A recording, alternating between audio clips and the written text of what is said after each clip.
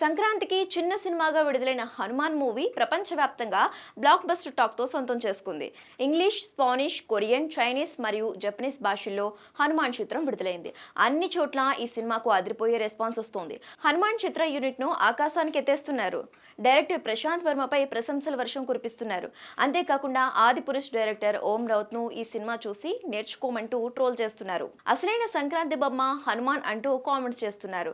ఈ నేపథ్యంలో Hanuman OTT rights భారీ రేటుకు అమ్ముడుపోయిందనే న్యూస్ వైరల్ అవుతోంది. హనుమాన్ మూవీని ప్రముఖ ఓటీటీ G5 డిజిటల్ రైట్స్ సొంతం చేసుకుంది. ఈ సినిమాను G5 సంస్థ మొత్తంగా 16 కోట్లకు కొనుగోలు చేసినట్లు సమాచారం. అందులో హనుమాన్ తెలుగు వెర్షన్ కు 11 కోట్లు, హిందీ వెర్షన్ కు 5 కోట్లు వెచ్చించినట్లుగా తెలుస్తోంది. తేజ సజ్జా లాంటి యంగ్ హీరో సినిమాకు ఇంత పెద్ద స్థాయిలో ఓటీటీ హక్కులు అమ్ముడుపోవటం అంటే మామూలు విషయం కాదని చెప్పాలి. ఈ సినిమాకు అయిన బడ్జెట్లో సగానికి పైగా ఓటీటీ రైట్స్ ద్వారానే వచ్చాయంటున్నారు. దీంతో హనుమాన్ థియేట్రికల్, డిజిటల్ కలుపుకుని భారీ లాభాలు తెచ్చినట్టే.